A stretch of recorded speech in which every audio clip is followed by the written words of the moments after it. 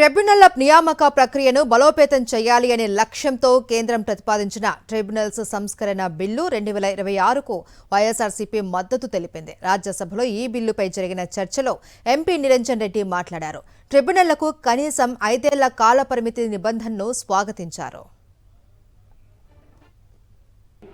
Sir, many of these tribunals are of specialized subject. A person appointed takes a little bit of a time to become familiar. He then becomes a master, but the tenure starts running out very quickly. Sir, 5 years is a good start. I would suggest that as we go along and as this experiment works better, maybe the tenure can be increased. There can be a review. Based on review, the committee can recommend the increase of tenure.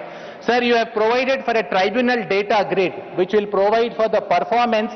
Sir, I am suggesting in the interest of transparency, please have a dashboard which will provide as to how each of the tribunals are functioning, what are the cases that are pending. Sir, we are now forming a committee for the purpose of appointing members to different tribunals. So the problem we always face was vacancies in the tribunals.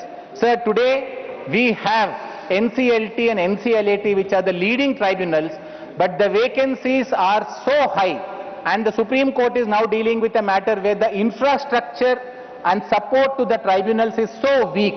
Sir, this bill will have effect when members are appointed, when they also have support staff, infrastructure, stenographers, and other infrastructure that will make their functioning efficient. Sir, the last point I want to make, in the tribunals that are listed out, NCLAT is there, thankfully. Sir, we will have to ensure that NCLT, another leading tribunal, also gets some primacy with regard to the reforms that are required to be done. A good first step, but this is just the beginning. I would request the Law Minister to continue on this journey a little further. Thank you, sir.